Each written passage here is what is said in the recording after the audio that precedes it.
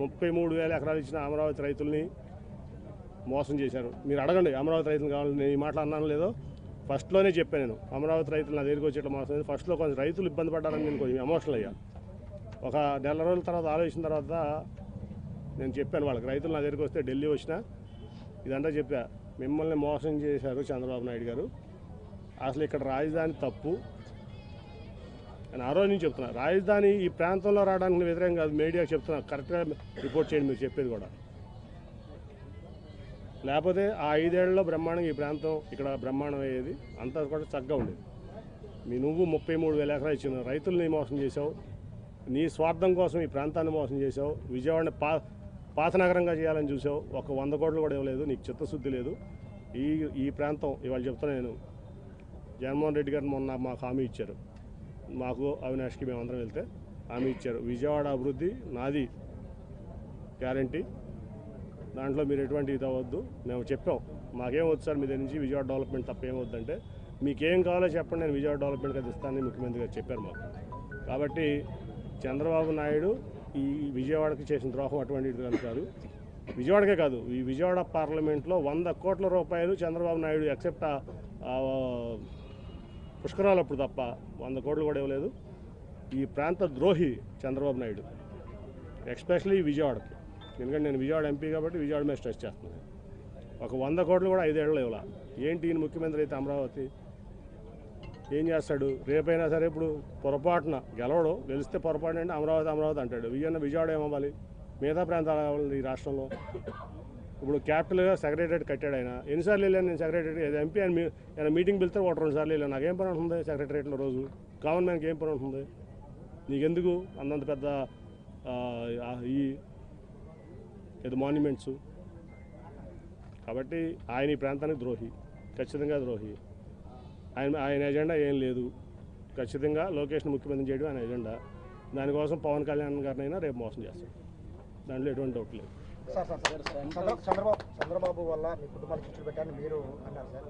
నేను కేసీఆర్ చిన్ని గారు దానికి వ్యతిరేకిస్తే అసలు ఆయన తప్పే లేదు, మా కుటుంబంలో చిచ్చు రావడానికి కారణం కేసీఆర్ నాని అని బహిరంగ ఇప్పటిదాకా పేరు పెట్టలేదు. చంద్రబాబు నాయుడు సంగతి ఎవరో తెలియదయ్యా. చంద్రబాబు నాయుడు తెలియదు, మోడీ గారిని అడిగి చెప్తాడు. చంద్రబాబు నాయుడు గారు శిష్యులు పెడతాడు, ఏం చేస్తాడు? ఇంకా ఒకటి చెప్పేదేంటి, ఆ పెట్టల ద్వారా చెప్తే నేను చేయాలి, నేను నీకు సమాధానం చెప్పలేంటి? సెంట్రల్ సీటు విషయంలో ఉన్న ప్రతిష్టంభన విషయంలో మీ దగ్గరకు వచ్చారు అని అభ్యర్థుల లిస్టులో విజయవాడ ఎంపీగా నాకు వైఎస్ఆర్సీపీ తరఫున పోటీ చేసే అవకాశం కల్పించారు. దానికి ఆయన కృతజ్ఞతలు తెలియజేస్తారు. ఈ మధ్యకాలంలో నన్ను మెడబెట్టుకుని అవమానకర రీతిలో అవమానిస్తూ తెలుగుదేశం పార్టీ బయటికి గెంటేసింది. అటువంటి పరిస్థితుల్లో నన్ను ఆత్మీయంగా ఆలింగనం చేసుకుని ఆయన హక్కును చేర్చుకున్నారు. దానికి జీవితాంతం నేను ఆయనకు రుణపడి ఉంటాను. ఎందుకంటే చాలా అవమానకర రీతిలో నన్ను గెంటేశారు. నేను అటువంటిది ఆయన హక్కును చేర్చుకుని నాకు టికెట్ ఏమంటే నాకు ఆయన బెదవాడి నుంచి మీరే పోటీ చేయాలని చెప్పి ఆయనకి ప్రకటించడం నిజంగా ఇది. ఇప్పుడు మనం చూసాం చంద్రబాబు నాయుడు గారి ఎజెండా ఏంటంటే సింగిల్ పాయింట్ ఎజెండా. ఆయన కుమారుడు లోకేష్ గారిని ముఖ్యమంత్రి చేసుకోవడం తప్ప ఆయనకి వేరే ఏం ఎజెండా లేదు. నేను మొన్న కూడా చెప్పా, 2014 నుంచి 2019 వరకు నేను ఇక్కడ విజయవాడ ఎంపీని. ఒక 100 కోట్లు మీరు విజయవాడకి ఇచ్చారా అని నేను అడిగాను. 100 కోట్లు సెంట్రల్ గవర్నమెంట్ ఫండ్స్, నేను తెచ్చిన ఫండ్స్ తప్ప ఒక 100 కోట్లు విజయవాడకి ఇచ్చారని నేను చంద్రబాబు నాయుడు గారిని పబ్లిక్గా ప్రశ్నించాను. అంటే చాలామంది ఇక్కడ అమరావతి కడుతున్నారు, క్యాపిటల్ కడుతున్నారు, అసలు ఈ ప్రాంతాన్ని బ్రహ్మాండంగా అభివృద్ధి చేస్తారు చంద్రబాబు నాయుడు గారిని చాలా అపోహలు ఆ రోజు నుంచి కూడా ఉన్నారు.